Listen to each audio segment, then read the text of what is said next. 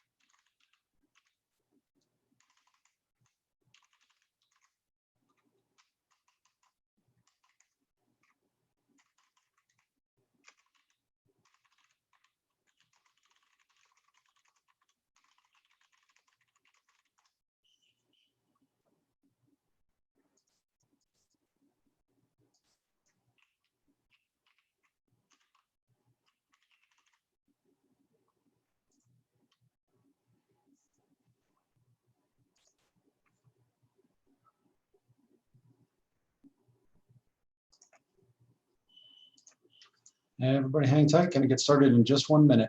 Thanks, everybody, for your patience.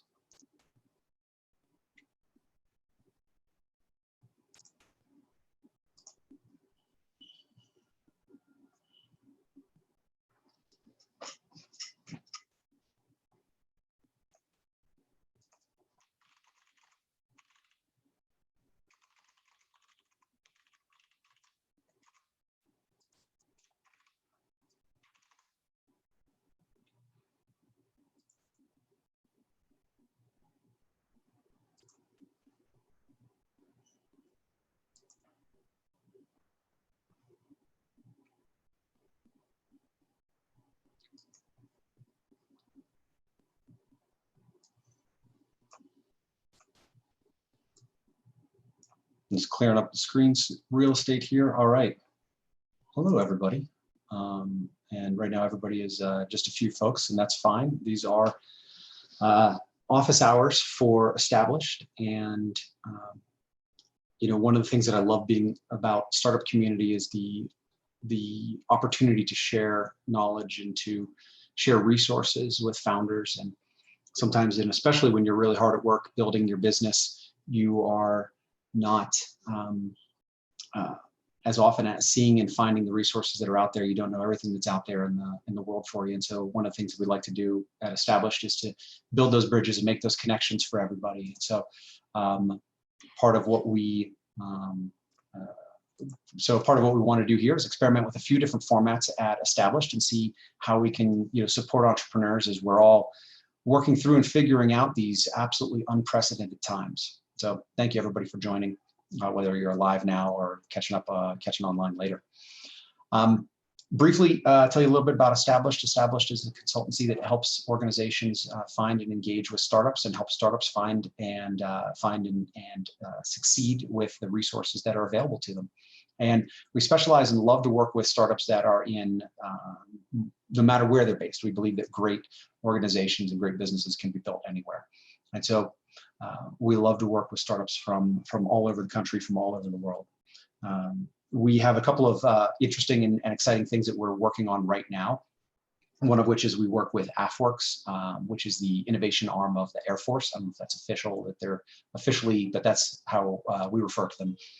And they have a program where they have a rapid contracting mechanism using the SBIR program to onboard startups, to help them with their customer discovery inside of the Air Force, and to ultimately turn the Air Force into your best paying customer. The beauty of the SBIR program is that you can also get matching funds from venture dollars from the SBIR program. And they have a very quick turnaround. They do it 3 times a year. The first cycle for this year is already closed, but 20.2, the second cycle for the year 2020, is coming up at the beginning of June. End of May, beginning of June. So check that out.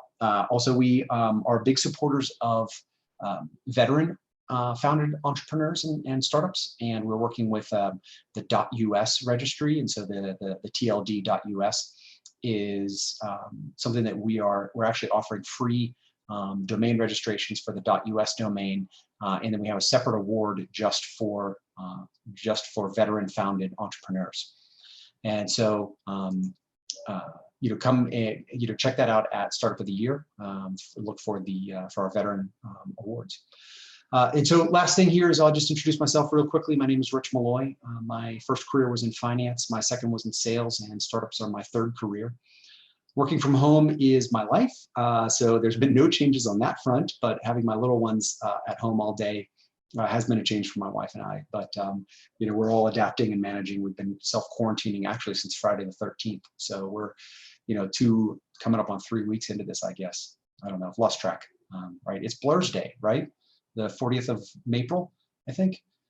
So we're digging in on that front. But pleased to be here today. I have the great opportunity to invest in startups both through established ventures and through Springtime Ventures, and I spend 100% of my time working with early stage startups, mostly through the work that I do at Established.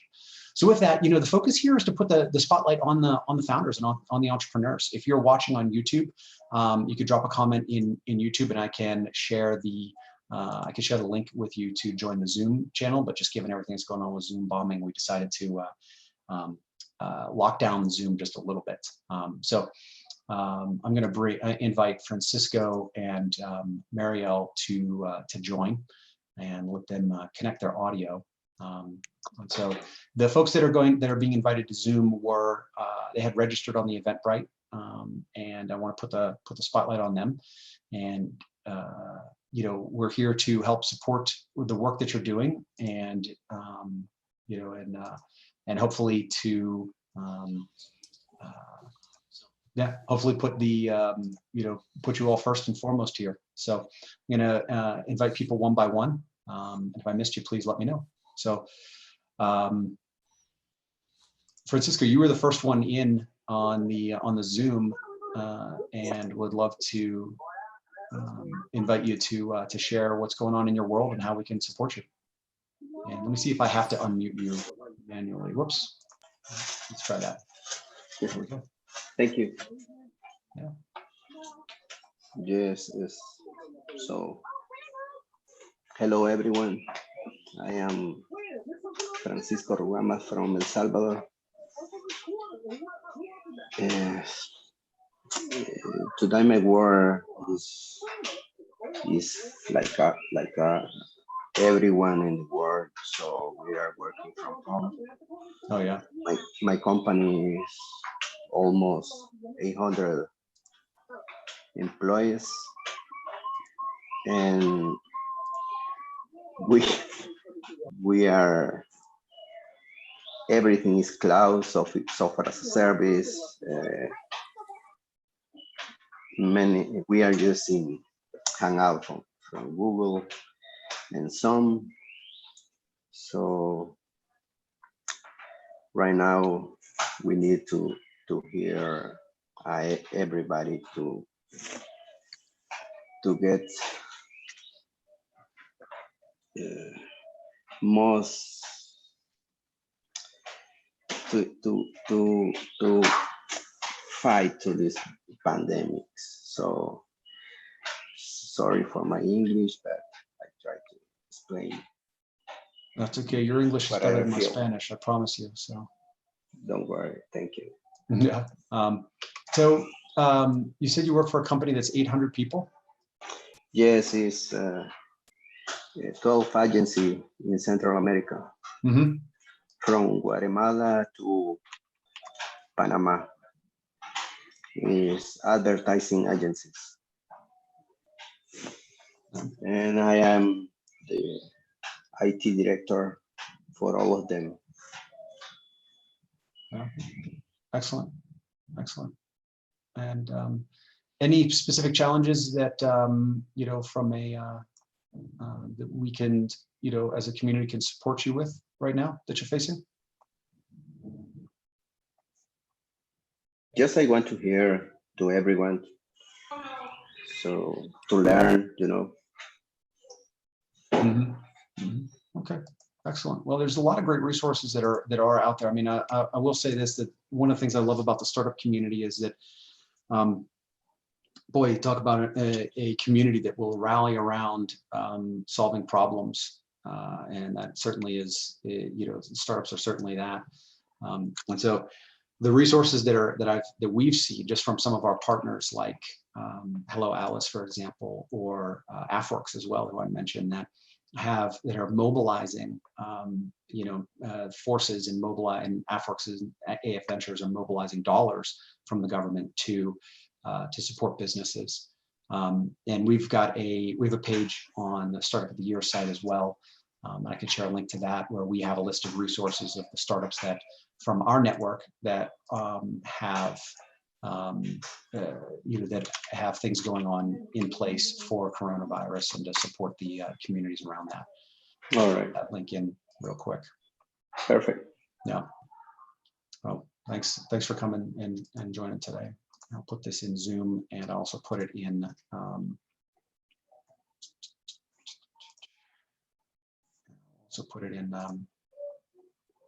where's the Zoom chat? Here we are. Everyone in the meeting.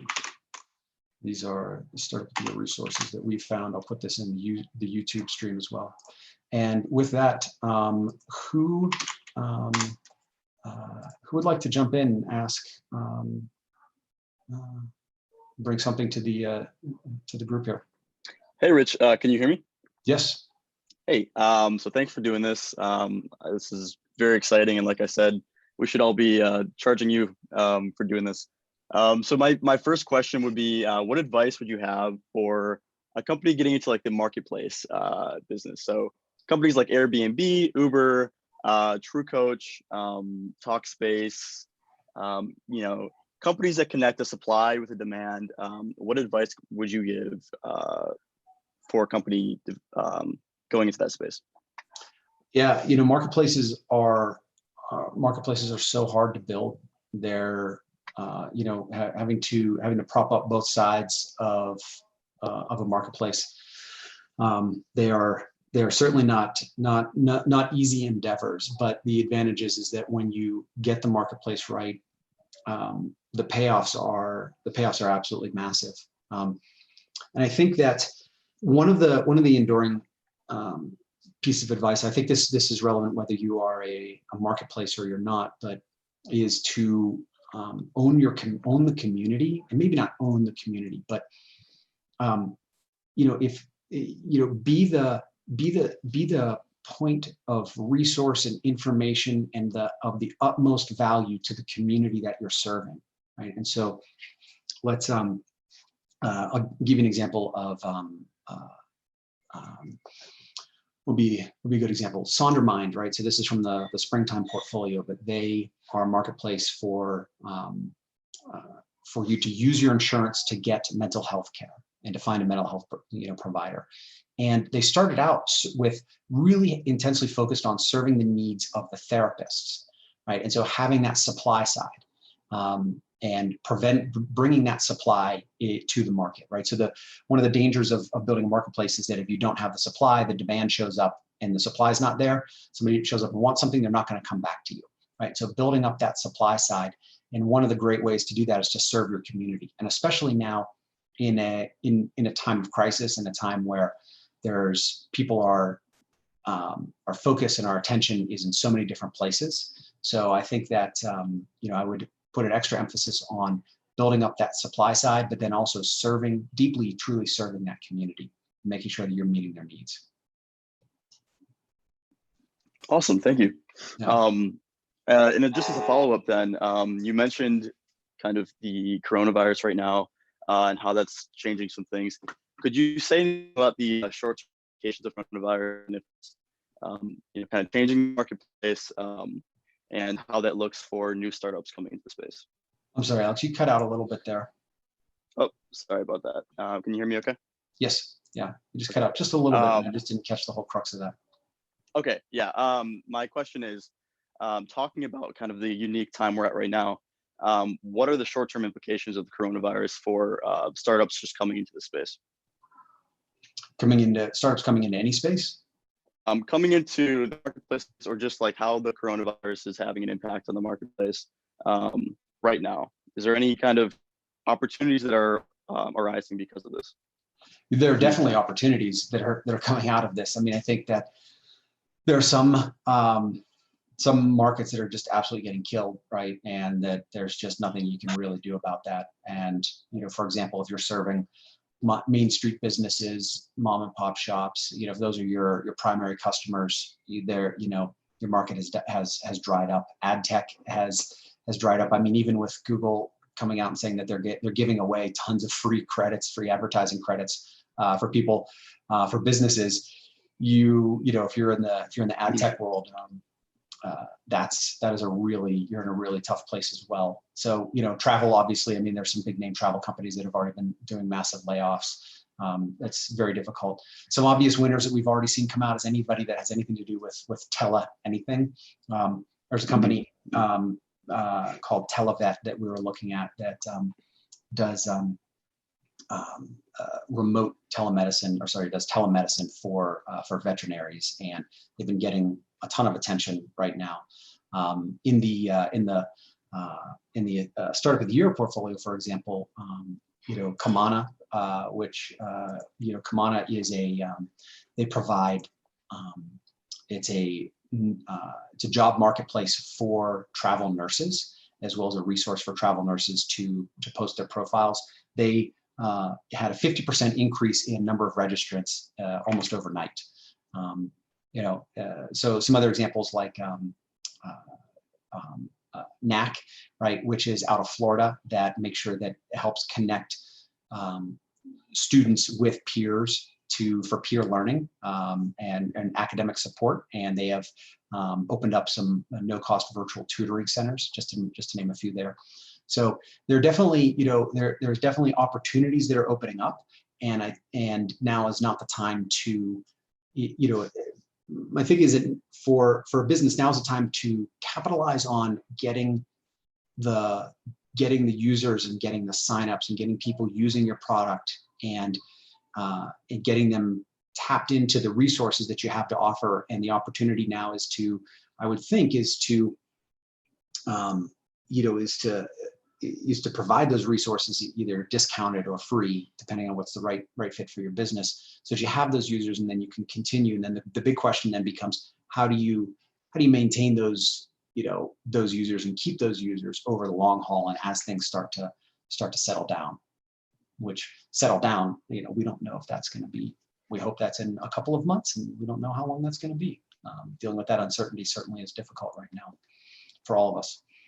No. That's really interesting. Do you think that this kind of shift towards more online learning, towards at least like kind of small opportunities popping up, do you think it's going to be a permanent shift that's going to last even after this pandemic, kind of the world fundamentally changed after 9/11?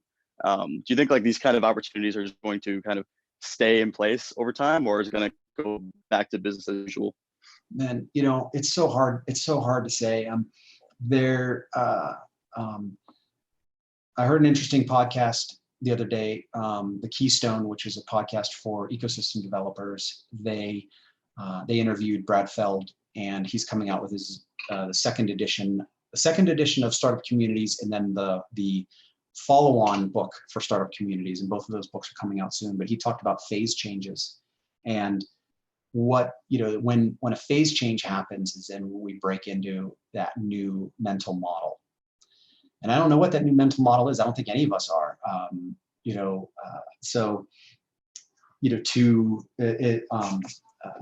What's his name? Nassim Taleb in Anti-Fragile. One of my favorite quotes from that is that you can't help, you can't help making predictions without being a turkey somewhere. And the idea behind that is that the turkey, the turkeys are all excited about the farmer Rich that comes and feeds them every single day, and on the fourth Wednesday of November, one turkey gives a presentation about how Farmer Rich is such a great ally and what a good friend he is, and all of those good things, right? So because that's all of their data led them up to that point, right? So I think we're all turkeys right now trying to figure out what the phase change is. So I'm sorry, Alex, I don't know. I don't think it'll be, No, you know, the answer is usually somewhere in the middle, right? Where it's not going to be the extreme. Remote work is not going to be the new normal, but also remote work is going to be way more acceptable, and remote education will be way more acceptable.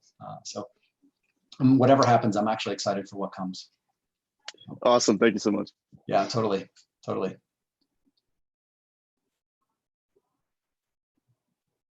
There's some, would love to be able to dig in on specific questions, business related. Our co-CEOs from Established are also on, Jen and Consalvo and Frank Gruber, and welcome you guys to jump in at any time as well. I have a quick question.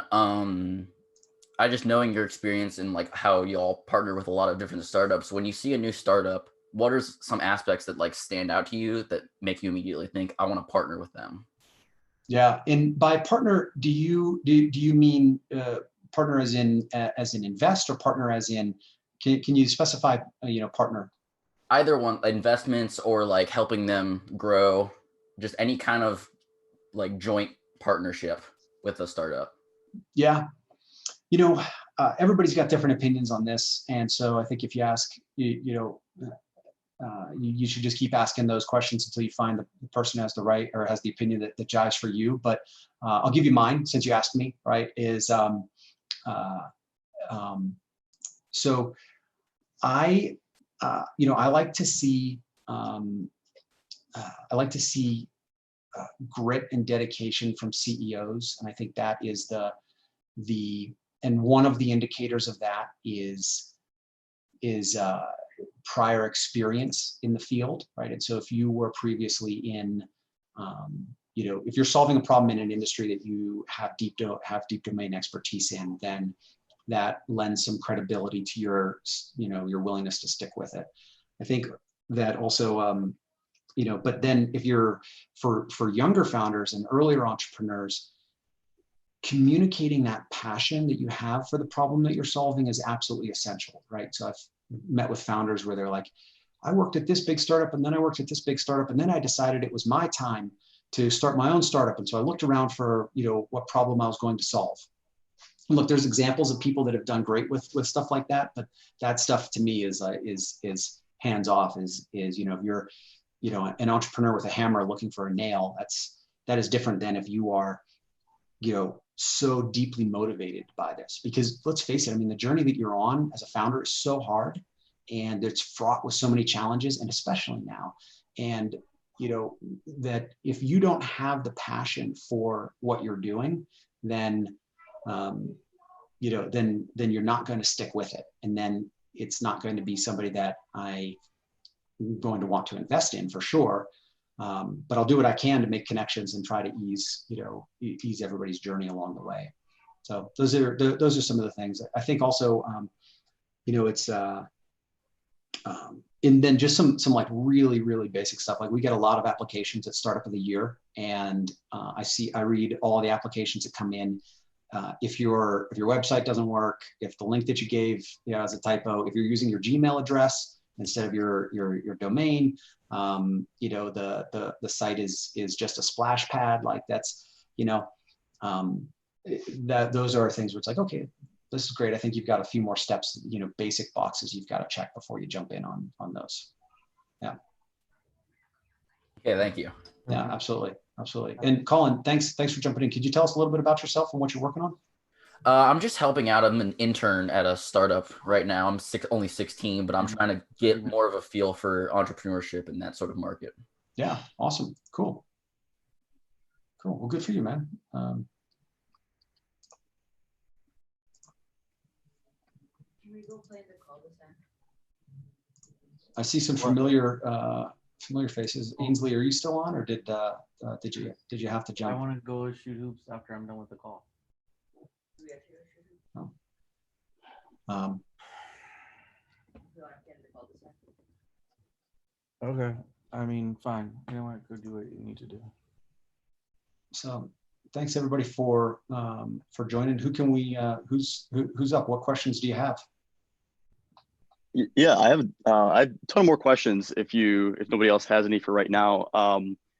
Last time you had a talk that we heard, you had some really good points on mental health um, for founders. I wanted to know if you had anything to say on mental health for founders during times where we have to be stuck inside. So you had mentioned in the past just making sure you're getting enough physical activity, making sure you're kind of following your own circadian rhythm. So getting enough sleep at night. What would you say right now in terms of keeping connected, staying on the ball for us founders? Yeah, absolutely. Thanks, Austin. And Austin, would love for you to introduce yourself to the group, if you don't Um, mind. that was actually Alex. Oh, that was Alex. Sorry, Hi bud. guys, I'm I'm the founder of KOA, and yeah. Yeah, absolutely. So yeah, so a couple of quick things here, right? I guess I'd offer three thoughts that are top of mind for me. Number one is self-awareness. This morning I drank a lot of caffeine and I could just feel I was all jittery and anxious, and so I just kept checking in with myself. Okay, that's, I'm feeling anxious, I had too much caffeine, and how is that going to affect my mental state, right? And so that just having a little bit of self-awareness, check in, pause, take 10 breaths. How are you feeling? What's going on for you right now? So that is number one. The second thing that I need to be doing that I'm not doing right now is actually reaching out to friends and loved ones just to check in on them.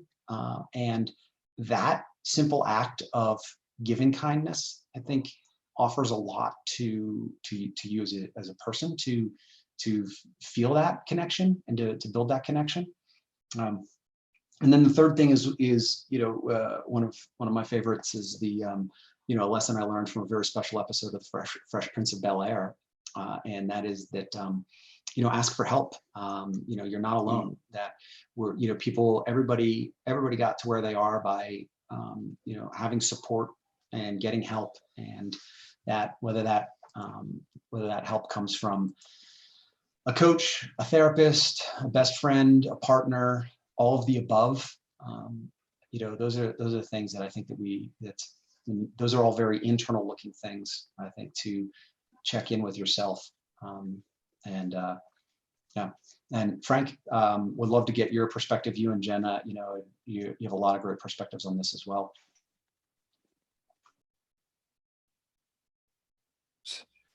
Can you hear me? Yep, gotcha. Oh, good. First time caller. Long time listener. Great job.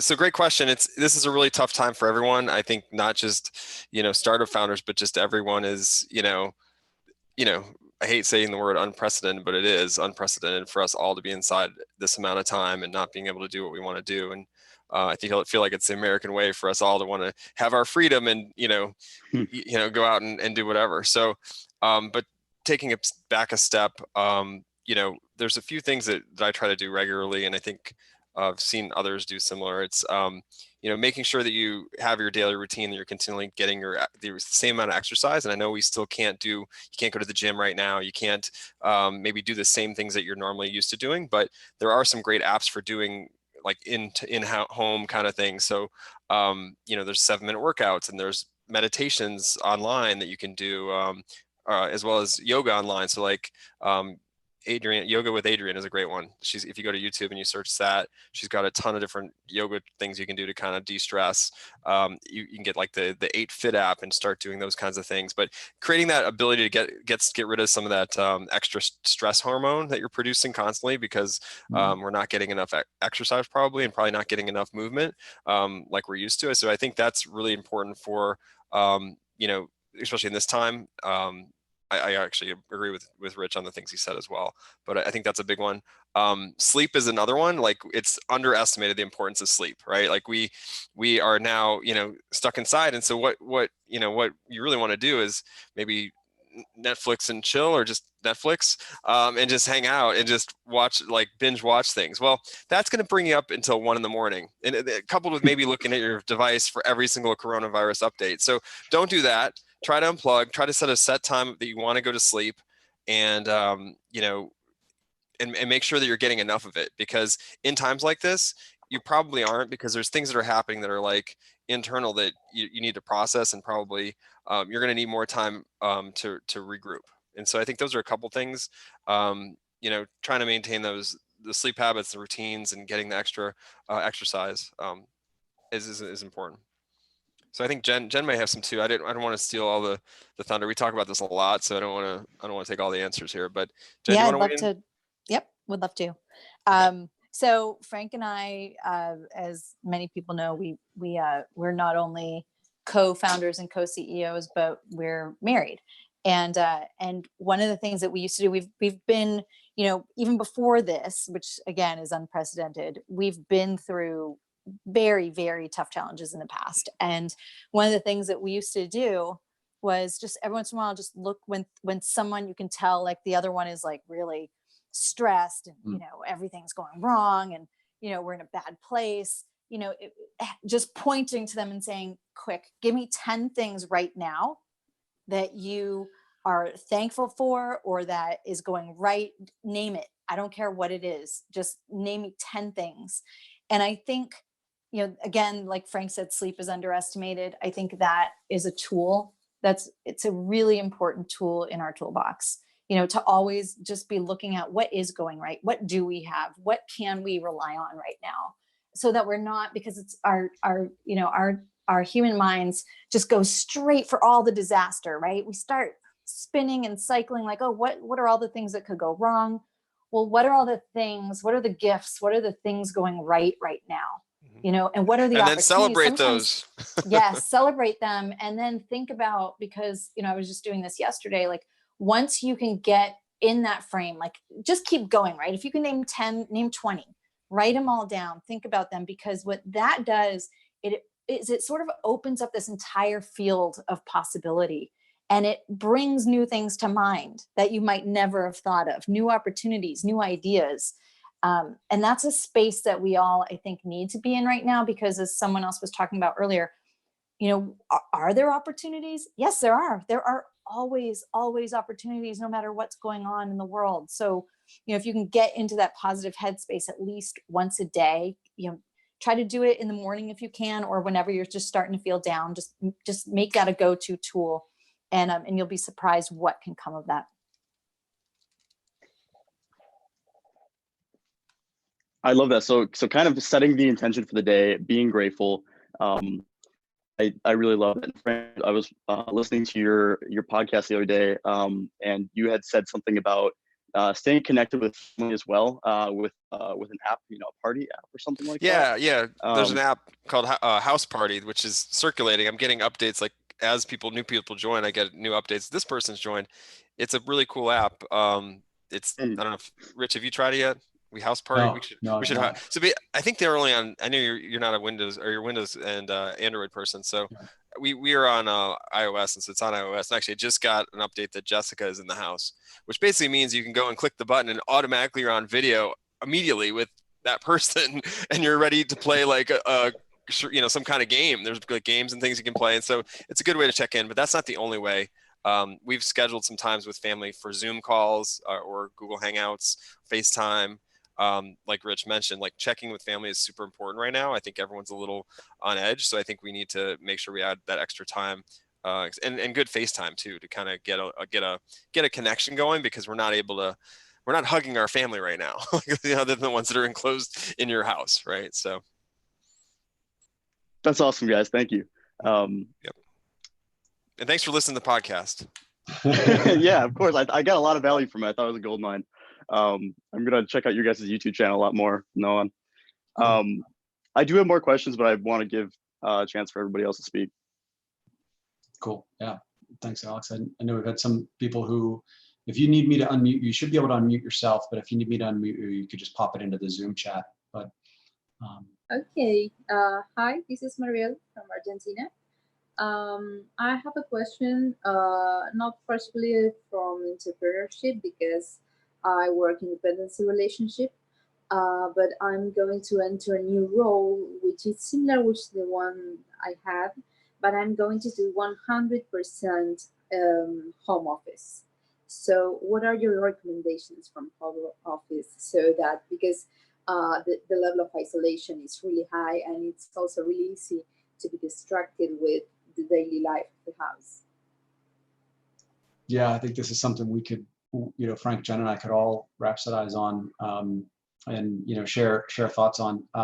Mariel, first question for you: do you consider yourself to be more of an introvert or an extrovert? No, I consider myself more of an introvert, but still, I do recognize that when I go to the office, I have like a little bit of a different feeling about my work. It's Yeah. something that I can share with others. Otherwise, it's just me inside my home, and basically, I don't go out of home. The quarantine hasn't really changed my lifestyle, so you would understand that what people are living with the quarantine, I'm living it basically every day. So that's the point also. Yeah, yeah. No, it's it can make your world feel very small if you do the carpet commute, if you walk down the hall to go to your office.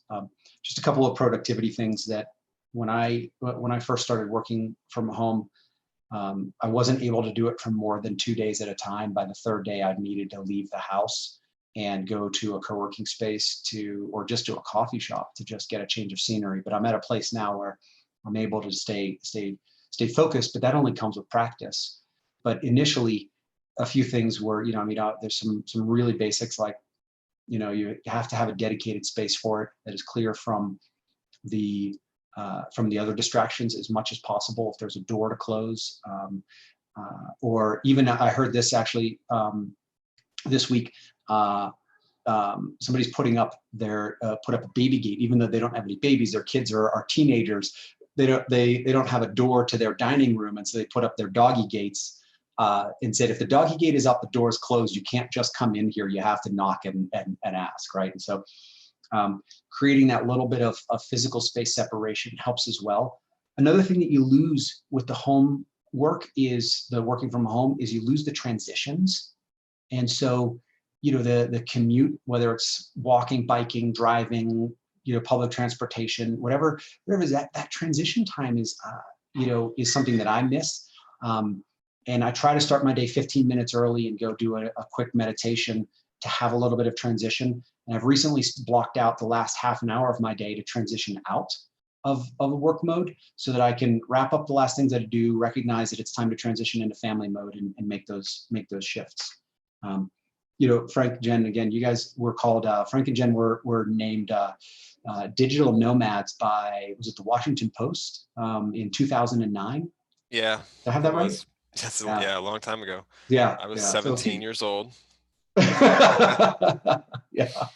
Not to date myself, I'm just saying. But yeah, it's changed a lot since then. I mean, both Jen and I worked together at AOL back then, and then on our own stuff. But what's happened is, once you start kind of make that switch, like I loved your example about transitions, because I think it's super important. You forget, like, you aren't able to listen to the podcast. You're commuting or anywhere, you're going from down the hallway. And so I think it's important to try to work that into your day, because otherwise you're not able to kind of consume the things you normally would and maybe come up with new ideas because you're listening to new inputs. So I think that's a really good idea. So I'm going to adopt that one. So I appreciate that. But to go back to the question at hand, I kind of talked about a little bit about the routine a little bit, and like making sure you have a routine, but also, making sure you get your regular revs of workouts in and things like that. And so that goes back to kind of your work-life balance. You got to set that up. And, ours has been changing constantly because we have a little one, and those that have children will understand this now, because it's not just that we're working from home. We're not working from home, but also school teachers. So we're doubling down on our plan. And so I think that routine has changed constantly. And so even Jen and I right now are trying to balance and figure out what our routine is. We were in a great routine of like getting up, dropping the little one at school, doing our gym, like getting all that done, and then going to work, and then setting up. And then you kind of have your transitions, as you talked about, Rich. That's been destroyed in the last couple of weeks. So we're now just trying to figure out what is our routine, and we're trying to adjust and find that routine. in the new world here. But it still doesn't, preclude us from trying to find the yogas and the meditations and everything's, around us and available through streaming and things that are out there. So that's part of it, is making sure you can kind of find that work-life balance, like you mentioned. If you're going to be doing a lot of calls, I think being visible is important. So rather than being, it's easy to hide on a phone call. So you can, if you have the bandwidth and a good camera and lighting, and you're having a good hair day, then you can, or throw a hat on, you get on video, right? And so by being on video, you're connecting, you're more able to connect with people, and you can read some of those cues that you're not able to see when you're kind of hiding behind a phone call or whatever. So I think that's a good tip for folks that are trying to make that transition and stay connected, because people read cues that they don't necessarily, that they're able to see, but because they see you, but if you're hiding, they won't be able to see them. So something gets lost. Jen, do you have anything? Yeah. I remember when I went from that big transition from commuting to a huge office building, working the 9 to 6 and then commuting back. And when I made that switch to just working from home, I needed this, I kind of call it my north. Like I needed to have something to anchor me, and it became lists. It became a calendar, and like blocking off every single part of the day, writing down every single thing that I wanted to do, that I had to do, when I would do it, assigning myself days and times to do certain things. And I honestly lived by it for quite a while, and I don't do it as much of it anymore. But actually lately, just in the past couple of weeks, I've been attempting to do more of that, because it makes me feel a little more anchored. Because otherwise I feel, and just to stick with the analogy, I feel completely untethered. Like, oh, okay, wait, there's dishes in the sink. Oh, wait, shoot, I see a pile of laundry over there. I'm just going to run over and do that real quick. And and those types of things can just keep you completely distracted. So when it comes to just staying focused, productivity, trying to compartmentalize different parts of your day, for me, it was writing it down, having a calendar in front of me, or a planner, or creating something and really mapping it all out and trying to, use that to keep myself honest, and actually documenting, checking things off. I've worked 3 hours, like I said I would, on this thing, check, or like highlight it in a really bright color and give yourself a gold star. But sometimes just sounds like such a minor thing, but for me, those types of things actually works incredibly well. Did you tell me this, Jen, that writing it down actually on a piece of paper somehow does something in your brain, makes you kind of remember? Like, I thought there was some kind of science behind like writing things There down is. and sketching them. Yeah, I don't remember if I'm the one who told you or not, but it's true. There's something about, if you make a mental list but don't write it down, you're much less likely to complete those items on that list than if you actually write them down and have them visually nearby. And then when you get to check it off, there's actually like some kind of like tiny endorphin rush you get from the check off. Well, that's when that's your little mini celebration internally. So I don't know if that answers the question, but it's a good question that we're all facing right now. Yeah. Well, thank you for the recommendations. I'll take them into account. Absolutely, and good luck in your new role. Has there been any hiccups with transitioning roles, or? I'm actually about to have a call with my new boss in about 30 minutes. But basically, I'll be doing the same, just over the phone, which is going to be a little bit different. And I'm going to transition from working with Argentinians to people from the United States. So that's also going to be a change, because the way that people are is different from country to country. So yeah, that's going to be a challenge, but I don't know, I'll adapt. Yeah, no doubt. Yeah, that's good. Hey guys, my name's Austin. I've been working with Alex on various things over the last few years. I just had a question about leadership and transparency. So when you own something, obviously you own the culture, the product, and kind of a team as well. And sometimes you have to make the call to kind of be either more genuine or less genuine and less transparent in what you're trying to convey to the team or the community. I'm just wondering, that can be a very tough line to walk. I'm wondering if you have any kind of specific or general advice in terms of that. And so, there are these, what sorts of issues, are you thinking of, or that you need to, challenges that you need to communicate? I'm thinking maybe, let's say there's a situation and it's pretty sensitive matter, and it's not really something that you want to expose entirely to whoever you're communicating with. And you kind of want to still uphold your firm or business's image and your culture while you're at it. And you're trying to think of a way to kind of still be genuine to the people you're talking about, but still not reveal the entirety of the situation. And it sometimes might make you like seem like hidden behind a wall, kind of. Yeah. So just like that general kind of thing, like what would you say is something that you could offer to others in terms of helping people with that? Yeah, that's tough. And when I've been in situations like that in big organizations, sometimes it's just been a matter of where I've definitely been in situations where I have not been able to reveal more information, and by edict of the person up upon high who passed down some difficult decisions, and I had to go execute them. And I think in those times, I for better or worse, held the company line, right, and said, this is the decision, this is the reason for the decision, and as superficial as that reason may seem, this is what we're doing, and and and that's a little bit of a cop out, right? Because I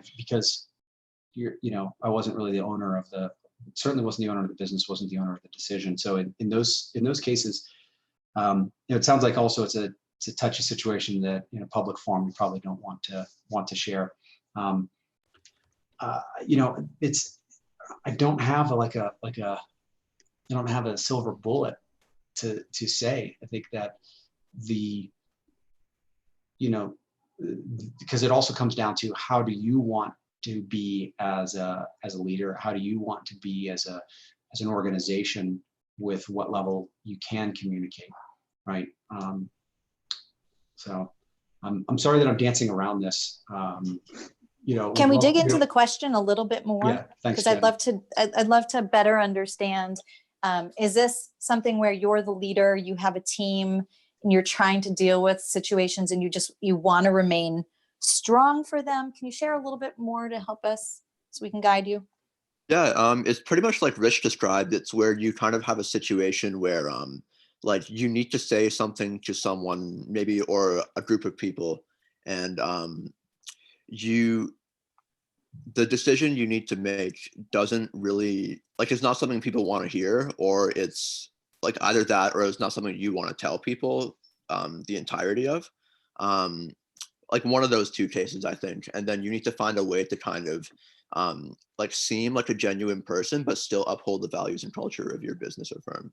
So sharing a tough response or tough action back to a team, is that what you're kind of saying? Like, you don't want to necessarily share that information, but you feel like you have to? Or I'm trying to understand. Yeah, I yeah, could like also put them too. Yeah. Like the combination of a tough response. Oh, sorry, man. The combination of a tough response and still seeming like a genuine person, kind of. Right. I'll go ahead. Do you want? I was going to say. Yeah. Which one? I'll jump in just for a second. Okay. So like Rich, I used to work at a big company, and I remember having to being in that exact same position, right? So there were things that came down. I knew that at some point this is something we'd all have to communicate. You're this kind of in between, but you have this great relationship with your team, and you don't want to lose that, right? And I think for me, sometimes it's rather than just hiding, it's just being somewhat honest with the team and saying, hey, you know, there are things going on right now. There's nothing I can share yet. But, you know, I just want you to know that, you know, we're all in this together. And right now I'm just having to deal with some things, and I might have to be a little bit more, behind closed doors, or I might not be able to share everything yet, but I promise you, as soon as I have something to share, I will do that. So sometimes, and I have to jump off because, like many people right now, I have a child at home who just came in the room. So Frank, if you want to continue with your thoughts, Yeah, that'd be great. I don't know exactly what you're going to say, but I do know that a lot of times when, especially if you're talking within the kind of realm of an organization, you can always turn to your culture as a guide, and maybe use some of the guidelines that you've laid out for your culture, and maybe some of that hierarchy that might exist, and say, well, you know, the reason we're not doing it this way, or the reason we have to do this or whatever, point back to core values, right? I'll take a page out of Tony Hsieh's Delivering Happiness book. I mean, if you haven't read it, it's got probably pretty much a handbook on how to create a culture and follow those guidelines. So I think that's one good way to kind of go, is rather than I mean, if you're going to say it's because of this or that, it's much easier to communicate that it's because of a cultural value than it is because of a person or a thing. So I think that's a easier way to communicate maybe something that you didn't want to necessarily or had a tough time communicating. So I think that's one way to do it. I talk more about it too, I have a book called Startup Mixology, and there's a whole chapter on culture. So that's, you know, I think that you rather than taking the pressure off of you and being, okay, we're doing this because of you or because of something else. I think you can let the culture guide you, I guess you could say, and pull you into the answer. And it's a good way for kind of communicating, well, we don't do it this way because our culture is such. Does that make sense? I'll share two other thoughts that I had while Frank and Jen were sharing their insights. Was two specific examples, right? So number one is when you're delivering bad news, you need to deliver it immediately and upfront, and it needs to be the first thing that you say, right? And that's especially if you're, for example, if you're firing somebody or if somebody was fired, right? Is we're here to let you know that, you know, that we're going to let you go, right? And then give the reason, and then be done. And the directness prevents that you know, dancing around here, right? So so directness is, you know, and delivering that bad news right up front immediately is also important.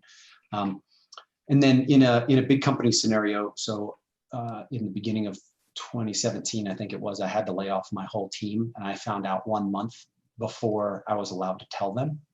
Oh, wow. And the message that I delivered to them was that I thought about it, right? And I absolutely could not tell them, but I just let them know that there's a lot happening right now, and you know, I am going to start looking for a job, and I want you to know that you would have a good reference from me if you were to do the same. Mm-hmm. And the message was so clearly received that when a month later, when the time came to lay people off, they were like, "Oh, that's happening today? Oh, okay, cool, thanks." Right? And I never once told anybody or made any slip ups, right? But so just two things to think about. And then the last thing I think that Frank was saying, right, is that you create the culture with every communication that you make. And so just be thinking about that. And I would just also recommend that when you're delivering bad news, practice that, or hard decisions, practice it to each other, practice it to yourself, be prepared. And it may sound a little bit ridiculous, but the more that you prepare and practice that, the easier it will be when the time comes to deliver that. And Rich, just to play off something you just said, my first job, the company was imploding a little bit, and I was, out of college. I'd been there maybe a year and a half. I was in love with that job. I loved my whole team so much. And the culture was so friendly, right? And everyone was so casual with each other that one day when my boss called me in to his office, and he was trying so hard to give me some bad news, but didn't know how to do it, that he danced and danced and danced. And I had no clue that he was laying me off until finally he said, "And here's, so-and-so from HR." And I was so confused. And I just remember looking at her and being like, I don't understand what is Yeah, happening. that's And she rough. just kind of rolled her eyes like, oh my God, he just bundled this so bad. Yeah. And she's like, I'm sorry to be the one to tell you. Cause he kept saying like, I think we're going to have to reduce hours, so that was in my mind. I'm like, but he just said reduce hours. And she's like, because he didn't know how to tell you there are 0 hours. Right. Oh, wow. And you have to pack up your desk. And I was like, Oh man. what? It's like a I just bad went from The Office, the Office episode or something. Yeah. so bad. And I remember he, and the whole company was going through it. Right. And so that night somebody threw a party and we were all there, and I just looked to him, and he wasn't much older than me. He was new at it too. And he just looked at me and was like, I'm so sorry. I was trying so hard not to hurt you. Yeah. And I was like, wow, this is a really good lesson, because it was so confusing that I left there with my head spinning rather than just being clearly like, okay, this is a hard situation. We're laying off X percentage of the entire company, and you're part of it. And I'm very sorry about that. And, and here's HR to talk about your package. Right. Yes. Awesome. Rich, you got some questions flowing into your chat window. So maybe, I saw those flowing. Awesome. So we have one from Chloe. So thanks, Chloe. Question was, how would you suggest startups and small businesses improve adaptability and or flexibility, especially given these current times when everything about everyday life has changed and it's very uncertain?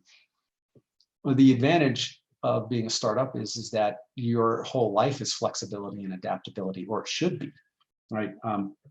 The best definition that I've heard of a startup is that you are a business in search of a scalable, repeatable business model. And the scalable and repeatable are two different things, right? And so first, and so you should be out already doing that customer discovery and understanding what is it that what is the pain that your customers are experiencing, and has that pain changed? How has that pain changed? And so that would be my first suggestion, is that dig in deeper on customer discovery to really make sure that that you're understanding those needs as they change. And there's great resources out there for customer discovery and to how to conduct customer discovery interviews. There's actually a great book called Value Proposition Design, put out by Strategizer, and that's a book that I recommend to startups all the time. So that is so that would be one that I would go and pick up and check out. But flexibility and adaptability has to be the name of the game for every business right now, but especially for startups. And so the advantage that you have that big companies don't have is that you can pivot and move, and you can zig when the market zigs, and you can zag when it zags.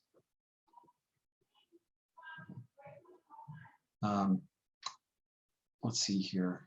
Jackie had a good question here. Any advice on maintaining relationships with startup investors during tough economic times? Communicate, and then communicate some more. And if you're communicating, then you still have some more communication to do. But you should already have a monthly update that you send out to your investors. You should have already sent them what your COVID plans are. You should send your investors what your current runway is. You should send your investors, you should, have a plan for what happens if our revenue goes flat, what happens if our revenue goes negative, our revenue growth goes negative if we start losing customers. How are we going to manage that? What's the plan for laying off the team? Have you already had a conversation with everybody on your team about salaries? Could they take a pay cut? Would they be willing to take a pay cut for more equity? Could they go with no pay? Depending on how big or small your team is, right? But have those plans, have those hard conversations, and present those plans and communicate.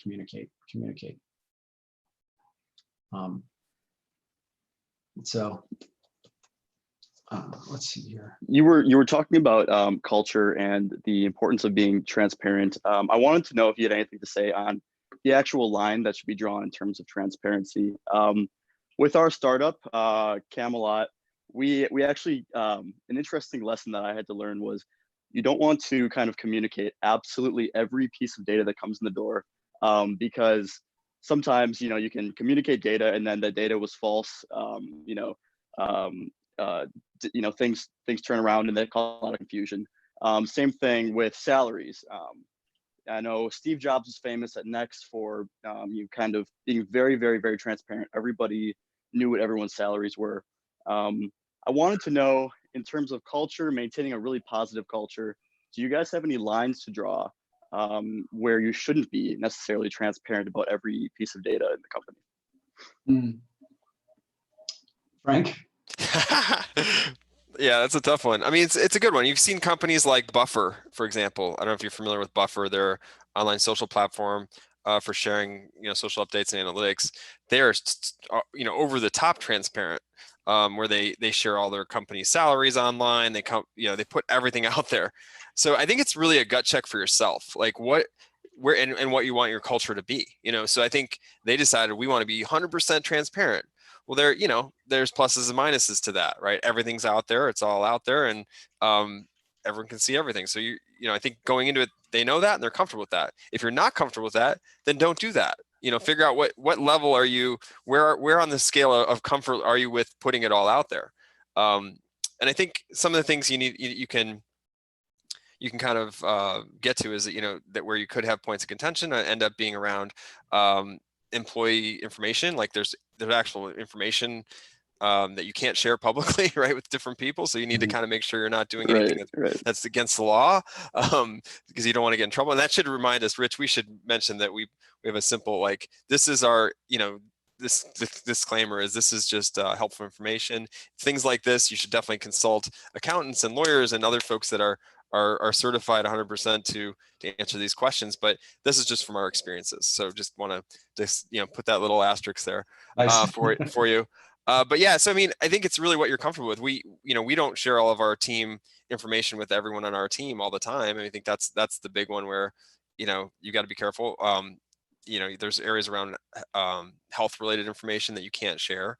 In this day and age, things are becoming more and more sensitive, and so I think I think it just depends on where you're at and where you got to check it. Yep. You also need to know who your companies are. I mean, your clients are, right? So it depends on the type of business you are. Like if you have clients, you may not be able to share certain information. If you do work for the government, you may not be able to share certain information. If you're a tech startup, then and why, Jen? Because of security, right? And what else? There's all kinds of, I mean, you need to look at your contracts. There might be privacy. There may be, if you do a contract with a Fortune 500 company, they may not want you to share certain information with your entire company. You just have to know your team, you have to know your business, you have to know your clients. Think about all of those different aspects. Maybe, if that's the case and you won't want to share everything, there's just certain pieces. Like maybe you do want to share, certain expenses and how your team members all play into these expenses within your company, because you want people to be able to see that and to be accountable, and or you want to share certain metrics. I know some companies are more open to that than others. If you want to be super transparent about certain metrics that you think could drive again, accountability or excitement, what is the purpose behind wanting to be transparent? So just think through all those things. Why do you want to do it? Who would be involved? Who could be hurt by it? Who would be motivated by it? Yep. And especially if you've already started the company, there's already people, just know that if you do move in that direction and you decide to make everything transparent, Frank mentioned Buffer. I'm pretty sure, I can't remember the founder's name, but we had a conversation about it once, and he told me that when they made that switch, there was some fallout initially. So you have to commit and decide, and make a decision that, okay, some people may not be able to live this way. And understand that there could be people who can't live that way and leave. So lots of things to think about. Awesome. That's fantastic. And just one more quick question on culture. Hey, Alex, sorry, but okay. We're out of time, and I do have one. Gotcha. Okay. We do have one question from chat that we didn't get to. And so happy to circle up with you afterwards. Sure. And with anybody. And before we, the last question was from Sharia. And I apologize if Sharia Sharma, and I apologize if I'm mispronouncing your first name. Hopefully I got close there. A question was, are there any mistakes or missteps that young startups generally make that can prove detrimental to their growth or harmful in the long run? And I actually have a long list on this. This is one of my favorite talks to give, is pitfalls for startups to avoid. And so I'll highlight, I'll bullet point some of the major things right now. So the first is that is writing code first is a major pitfall that you need to understand. You need to do customer discovery. You need to understand who your customer is. You need to know what their problems are and how you're going to solve their problems, and you need to validate that. And then you need to continually do that customer discovery. So the worst thing you can do is write code first. You actually have to truly understand your customers and those problems first. The next is that not having founder agreements in writing, and even just the simplest founder agreement of like, I agree you 50% and I 50%, and that's that, right? It does not have to be a formal legal document, but just get your founder agreements in writing. I've seen this sink startups in the most horrible and spectacular fashion. And so get out there and do that. The next is that you should be incorporated. I don't know what the laws are in India, in America. Incorporation as an LLC is very simple. If you want to raise venture capital, you do need to be a C Corp, but you don't need to be a C Corp yet. You can just form as an LLC, with the caveat that when you do raise venture capital, you'll be a C Corp. Another is I'm forgetting. Oh yeah, so the last one, and the most heartbreaking one that I see, is the founders that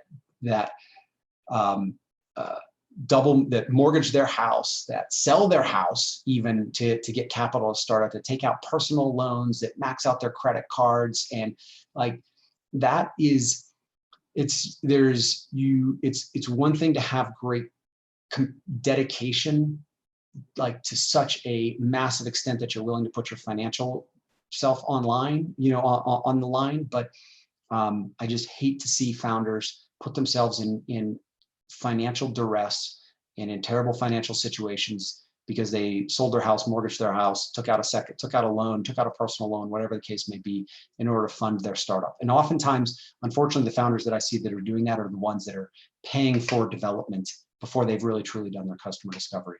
So those would be the major pitfalls that I would suggest that you all avoid. And with that, thank you, everybody. We've gone a few minutes over. Thanks for hanging out with us for this first session. I mean, this is the first that we're trying out office hours. I've got some ideas for how we can improve this for the next time. Definitely subscribe to the YouTube channel and subscribe to our weekly newsletter. If you haven't already, go to Startup of Year, or Startup of the Year, but startupofyear.com, and sign up for our newsletter for more updates. So once again, thank you everybody for joining, and be well, stay safe, stay healthy, and good luck.